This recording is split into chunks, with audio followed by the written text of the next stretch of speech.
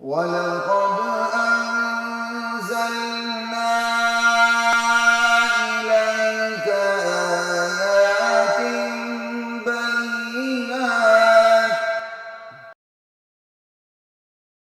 اور دوسرا بنیادی عنصر، ابھی دو بنیادی عنصر ہے، یہ میں اختصار کے ساتھ بھی بیان کروں گا۔ شاید اس کی ایک وجہ یہ بھی ہے کہ میرے مہمان آ چکے ہیں، ذرا میں اس کو بھی تھوڑا سا مختصر کرنے کی کوشش کرتا ہوں کہ جو دوسرا بنیادی عنصر ہے کہ حق بات برحق طریقے سے پہنچا دی گئی ہے، یہ کب کہا جائے گا؟ ایک بنیادی ایلیمنٹ جو ہے عنصر پہ ہماری بات ہو چکی، حق کی ترکیب نبوی ہو۔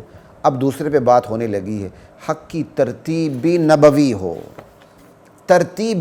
ہو، یعنی حق بیان کرنے کی جو ترتیب نبی علیہ السلام نے اپنے عمل سے امت کے سامنے رکھی ہے، امت اسی ترتیب کو لے کے چلے۔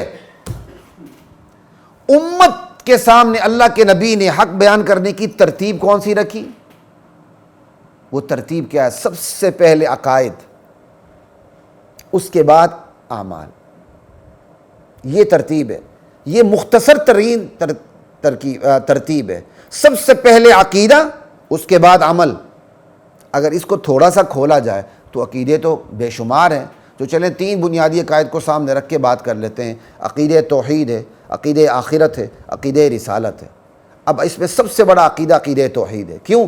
عقیدہ توحید کی وجہ سے عقیدہ رسالت ہے، توحید کی وجہ سے رسالت اور نبوت کا سلسلہ جاری ہوا ہے، اور عقیدہ توحید اور رسالت کی وجہ سے عقیدہ آخرت ہے، کیونکہ اسی عقیدہ توحید اور رسالت پر ایمان لانے اور نہ لانے کی صورت میں آخرت برپا ہوگی، وہاں جزا اور سزا کا عمل ہوگا۔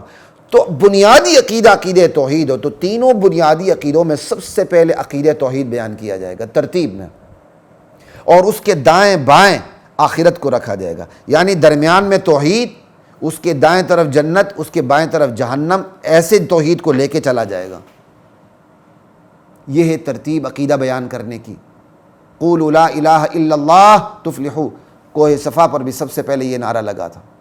نبی علیہ السلام کے دور میں جاہلی معاشرے میں کتنی بیماریاں تھیں، زنا تھا، بدکاری تھی، ظلم تھا، زیادتی تھی، سود خوری تھی، ان گنت بیماریاں تھیں، لیکن نبی علیہ السلام نے سب سے پہلے کس بیماری پر ہاتھ لگایا؟ وہ شاہ کلید کیا تھی، وہ گرہ کیا تھی سب سے بڑی، جس کے بعد تمام گرہیں کھلتی چلی گئیں؟ وہ بنیادی گرہ تھی، وہ بنیادی بات تھی عقیدے کی، کہ آپ نے عقیدے کے مسئلے کو بیان کیا، شرک کی تردید کی، توحید کا ابلاغ کیا، نتیجے میں باقی تمام گرہیں خود بخود کھلتی چلی گئیں۔ یہ شاہ کلید ہے۔ تو سب سے پہلے عقیدے کو رکھیں گے، عقائد ثلاثہ میں سے بھی سب سے پہلے عقیدہ توحید کو رکھیں گے، عقیدہ آخرت ساتھ ہوگا، اور عقیدہ توحید اور آخرت کی سمجھ آ جائے گی تو رسالت خود بخود مفہوم ہو جائے گی، کیونکہ عقیدہ توحید اور آخرت کو سمجھانے کے لیے ہی نبی اور رسول آیا کرتا۔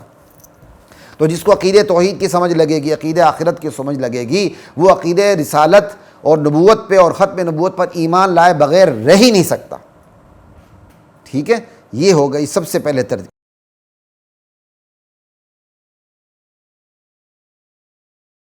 وَلَقَدْ